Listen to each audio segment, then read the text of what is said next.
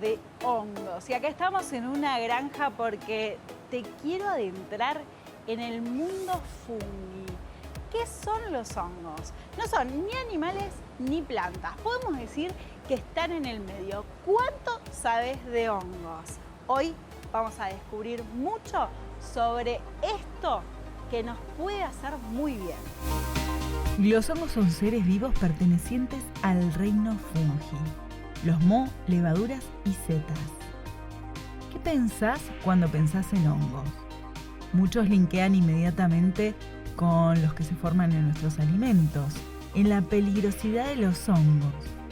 Pero, ¿sabías que hace 4.600 años los egipcios los consideraban la planta de la inmortalidad y solo podían comer de estos los de la realeza? Sabemos que cada vez vamos a ser más personas en este planeta y estamos, encontrando, buscando nuevas estrategias para alimentarnos y para vivir más en armonía. ¿Los hongos pueden ser parte de esa estrategia? Desde luego que sí. Hace unos días alcanzamos los 8.000 millones de personas en este mundo, ¿no? Esa fue la noticia que se dio. Y desde luego que los hongos son un elemento que no solo va a ayudar, ya está ayudando a, sobrellevar ese déficit de alimento, y no solo porque son un alimento rico en sí, sino que para obtenerlos se utilizan desechos agrícolas. Entonces eso es un plus, en el consumo de los hongos.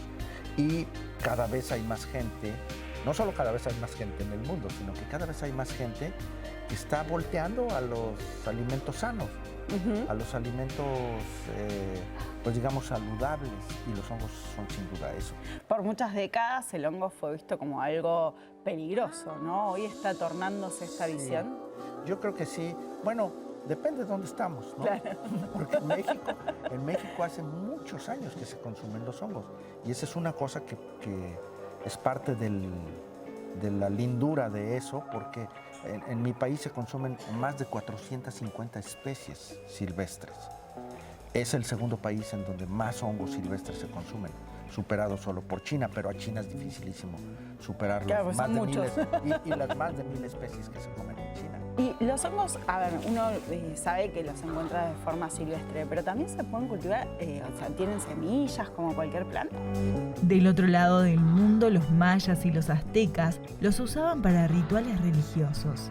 Se encontraron testimonios de 500 años antes de Cristo en estas culturas. Muchos pueblos antiguos atribuían a los hongos propiedades mágicas, como darle fuerza extraordinaria a quienes los consumen. Bienvenidos al mundo fungi. Bueno, los hongos no son plantas. Ya lo sé. Los hongos, te lo digo con O. Los hongos somos otro cosmos. Totalmente. ¿Sí? El mundo fungi. El mundo fungi. Los hongos son otra cosa, ¿no? Pero se pueden consumir y se pueden producir, La pregunta era si realmente podemos producir los hongos a gran escala. Sí, desde luego, hay algunas especies que ya se están trabajando en ese sentido, aunque lo más popular en esta zona es el champiñón. Claro. En esta zona me refiero a América Latina, es el champiñón, pero hay otras, ¿no? Ya en Argentina se cultiva el shiitake, se cultivan el melena de león, el ganoderma, que se sabe que es medicinal, ¿no? Que se conoce como reishi, flamulina, que es el hongo de invierno, el enokitake, que funciona muy bien sobre madera de diferentes especies en climas relativamente fríos. Entonces, además de eso, pues los hongos tienen opciones para los diversos climas. Yo lo que noto de lo que leo en general en las revistas comunes es que tienen mucha capacidad de adaptación, ¿no? Porque incluso hoy ya hay informes de hongos que están degradando plástico. Sí, los hongos tienen esa virtud, ¿no? En realidad los hongos pueden hacer tres cosas en la naturaleza. Uno, son saprobios, eso quiere decir que degradan materia orgánica muerta, ¿no? Dos, son simbiontes, eso quiere decir que se asocian con otras especies y tienen una relación ahí de mutua ayuda, como los hongos micorrízicos que crecen en los bosques y que están asociados a las raíces de los árboles. Y tres, los parásitos, ¿no? Bueno, los parásitos, hay parásitos de plantas, de animales, parásitos del hombre, ¿no? Porque también Siempre se dice eso, cuando la gente habla de hongos piensa en los hongos Claro. de las uñas, del pelo. Y una cosa en la que la gente no piensa es que estamos rodeados de hongos. La cerveza la producen los hongos, Tal cual. el vino, el pan, los quesos, ¿no? Las medicinas como los antibióticos, etcétera. Entonces, pues, realmente el mundo de los hongos es gigante y es fantástico y benéfico para la humanidad. Y hay que descubrirlo. Y hay que seguir buscando. Los hongos tienen una alta capacidad nutricional y esto es muy valorado por culturas como China, Japón, India, que además descubrieron que tiene muchos efectos medicinales.